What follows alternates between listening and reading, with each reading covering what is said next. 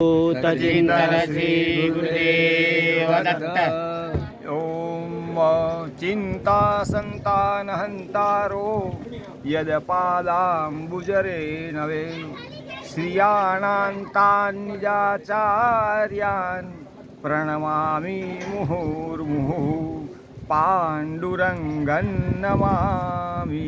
अवधूत चिंतन श्री गुरुदेव दत्त।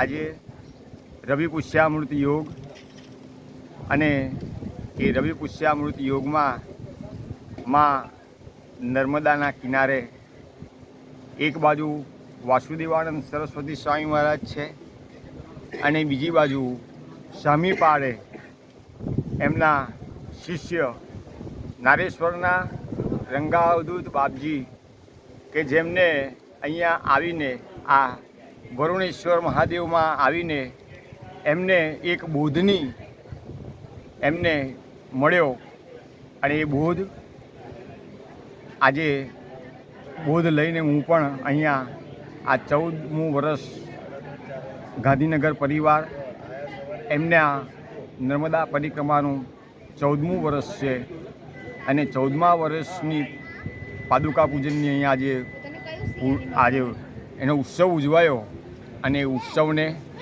પરિપૂર્ણ કરી અને 15મા વર્ષમાં આ ગાંધીનગર પરિવાર આ એક આશ્રમ જાગૃત થાય અને બાપજી કેટલાય વર્ષો પહેલાં અહીંયા આવેલા રંગાવધૂત બાપજી અને એ રંગાવધૂત બાપજી પછી અહીંયા આ આશ્રમને દરેક જગ્યાએ જાગૃત કરવા માટે અન્ન ક્ષેત્ર ખોલ્યા અને અહીંયા અન્ન ક્ષેત્ર ખોલવા માટે ગાંધીનગર પરિવાર એ દરેક રીતે સપોર્ટ એમને કરે છે અને એમનું દરેક કાર્ય શુભ થાય એવી રંગાવધૂત બાપજીના ચરણોમાં, વાસુદેવાનંદ સરસ્વતી સ્વામી મહારાજના ચરણોમાં, મા નર્મદાના ચરણોમાં અને વરુણેશ્વર મહાદેવના ચરણોમાં હું સાષ્ટાંગ પ્રણામ કરી મારી વાણીને વિરામ આપું.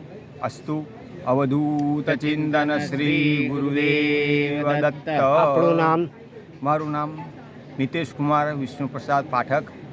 એમ તો હું મૂળ વતન દિવેર ગામનો છું, પણ હું 25 વર્ષથી માજલપુર વડોદરામાં કેદારધામ સોસાયટી છે અને બાપજીએ અમારી ઘરે આજથી 89 વર્ષ ઉપર એમને અમારી ઘરે સવારે વહેલા 2:30 વાગે આવીને એમની પાદુકા આશીર્વાદ રૂપે આપી અને બાપજીની પહેલાં પહેલી પાદુકા જો પ્રાપ્ત થઈ હોય તો અમારી ઘરે પ્રાપ્ત થઈ છે અને બાપજીની એ ચરણ પાદુકા એટલી બધી બાપજીએ પહેરી છે કે એમને એ બધી ચરણની છાપ અને અંગૂઠા આંગળિયા અને નીચેથી બધી ઘસાઈ ગઈ છે, એડી બધી ફાટી ગયેલી છે અને એ પાદુકા લઈ હું અહીંયા આગળ પાદુકા પૂજન કરાવવા આવ્યો હતો અને મને ખૂબ આજે આનંદ આવ્યો છે અને મા રેવાને જોઈને દરેક નર્મદાનો અર્થ જે કે નર્મ કહેતા આનંદ